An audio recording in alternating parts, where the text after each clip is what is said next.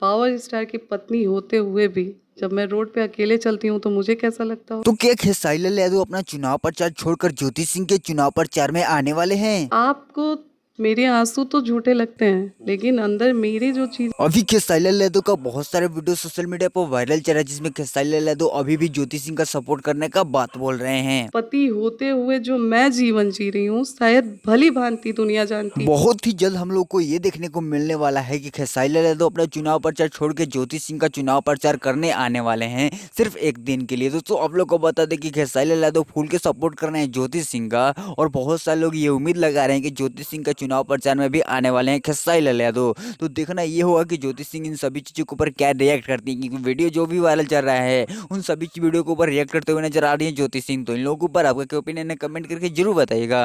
इन लोगों से related update मान चाहे तो चैनल को सब्सक्राइब कर लीजिएगा। मैं तो किसी नए वीडियो में किसी नए टॉपिक के साथ, तो के लिए बाय।